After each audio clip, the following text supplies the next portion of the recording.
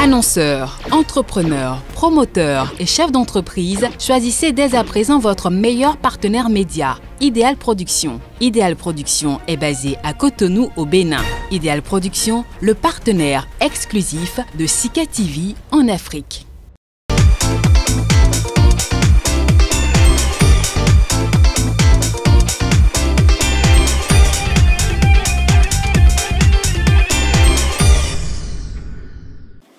Une source recueillant l'anonymat a indiqué à l'agence France Presse que la Banque de France était en train de transférer 5 milliards d'euros de réserves qui appartenaient aux États africains.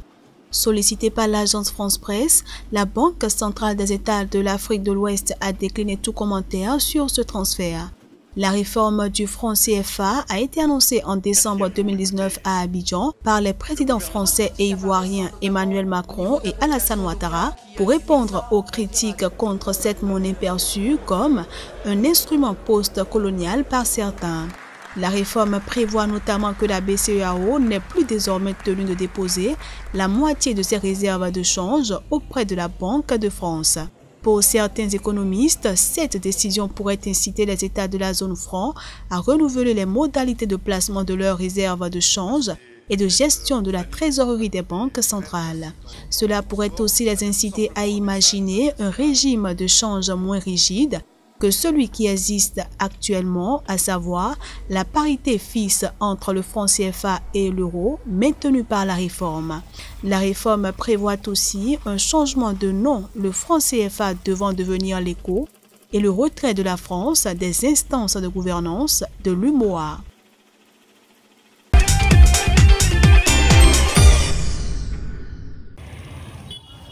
En Guinée, l'inflation ne fléchit pas, une situation qui s'explique selon les services du fonds par la hausse au cours des derniers mois des prix des denrées alimentaires et des coûts de fret associés aux perturbations des circuits d'approvisionnement liés à la Covid-19, ainsi que l'impact de l'assouplissement des politiques budgétaires et monétaires pour répondre à la pandémie. Les services du fonds relèvent par ailleurs un compte courant en détérioration en raison de la montée en flèche des importations de services de gestion, de fret et de télécommunications, atténuant la vigueur de la balance des biens due à l'accroissement des exportations de produits miniers.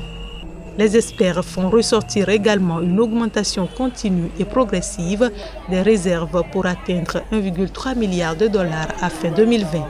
Il faut noter que la Guinée figure en outre dans le top 5 des pays africains aux économies les plus résilientes face à la crise économique indue par la crise de Covid-19 avec un taux de croissance projeté de son PIB de 5,2% en 2021, essentiellement porté par son secteur minier qui représente 90% de ses exportations.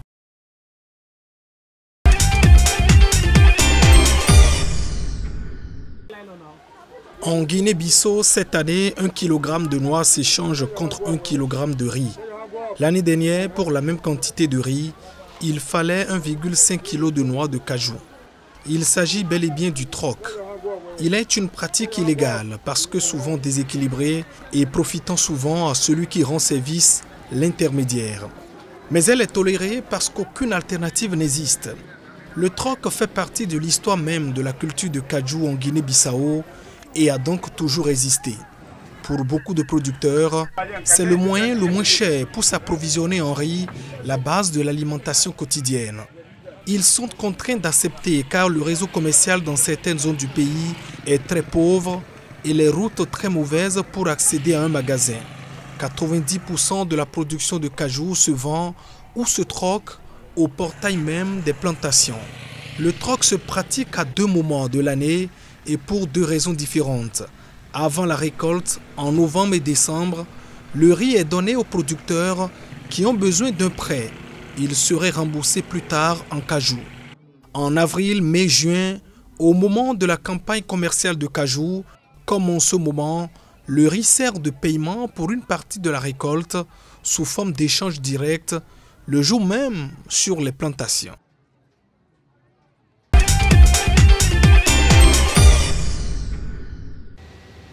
La saison 2021-2022 pourrait être historique pour l'industrie mondiale du soja.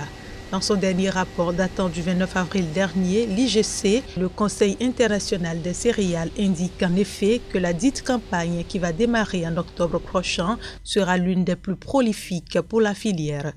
Ainsi, la production mondiale de l'oléagineux grimpera à 383 millions de tonnes, soit une hausse de 6% en glissement annuel et un record absolu. Cette performance sera portée par les deux principaux fournisseurs, à savoir le Brésil et les USA, qui récolteront respectivement 139 millions de tonnes et 120,8 millions de tonnes de la denrée. De son côté, le commerce mondial va également très bien se porter avec un volume échangé qui atteindra un pic historique de 173,4 millions de tonnes. L'essentiel de la dynamique sera porté par la Chine qui continuera à tirer la locomotive de la croissance de la consommation grâce à une industrie de l'alimentation animale dont les besoins sont énormes. L'Empire du Milieu devrait ainsi acheter 103,8 millions de tonnes de soja en 2021-2022, pesant pour 60% du commerce mondial prévu. Cette bonne tendance, aussi bien au niveau de l'offre que de la demande, ne devrait que profiter aux prix internationaux, qui sont déjà en hausse depuis la mi-2020.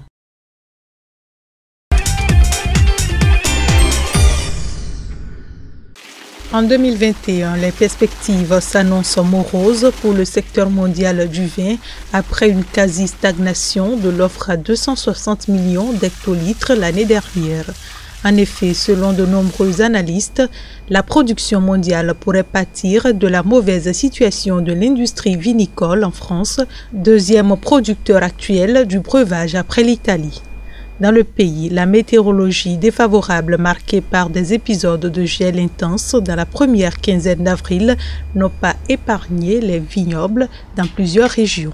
Selon les prévisions de France Agrimaire, cet épisode pourrait faire chuter la production française de vin du tiers de 15 millions d'hectolitres à 32 millions d'hectolitres. Pour le pays, il s'agirait du plus faible niveau depuis 2016 après le record de 2017. Cette contre-performance pourrait en outre lui faire perdre sa place de second fournisseur mondial si l'Espagne maintenait sa dynamique de croissance d'une année sur l'autre en 2021. Globalement, d'après les estimations de l'industrie, les pertes économiques pourraient être comprises entre 1,5 et 2 milliards d'euros. Pour rappel, la superficie du vignoble mondial est estimée à 7,3 millions d'hectares.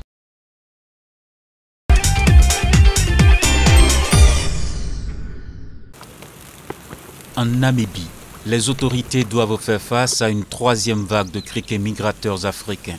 Les nuisibles qui sévissent depuis février 2020 dans le pays d'Afrique australe ont en effet profité d'un net regain de leur population ces derniers mois à la faveur des récentes pluies abondantes. D'après le ministère de l'Agriculture, les insectes ont déjà détruit à l'heure actuelle 719 000 hectares de pâturage et environ 1200 hectares de champs en culture dans 10 des 14 régions que compte le pays.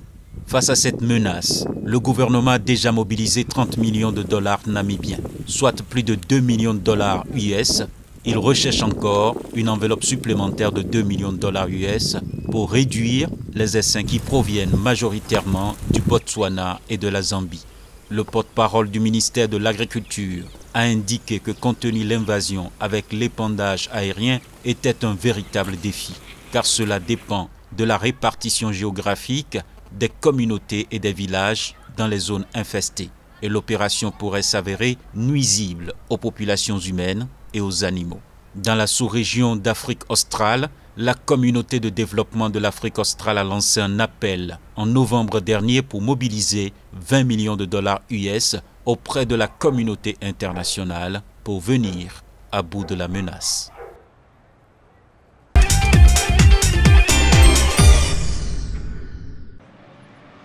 Covid-19 a occasionné une perte de 23,5 milliards de dollars à l'économie égyptienne, d'après le ministre des Finances. Cette perte serait due au ralentissement de l'activité économique dans les différents secteurs de l'économie, notamment les industries et le tourisme. Elle est liée aux différentes mesures destinées à limiter la propagation du virus.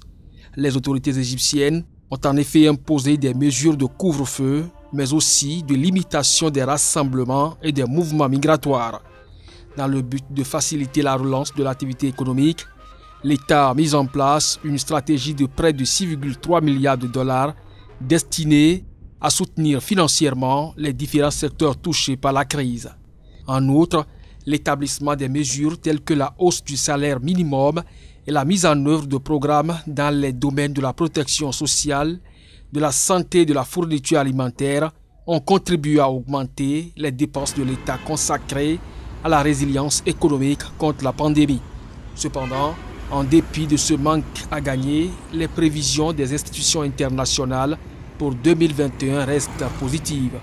Le FMI table sur une croissance économique relativement lente de 2,5% avant une accélération à 5,7% en 2022.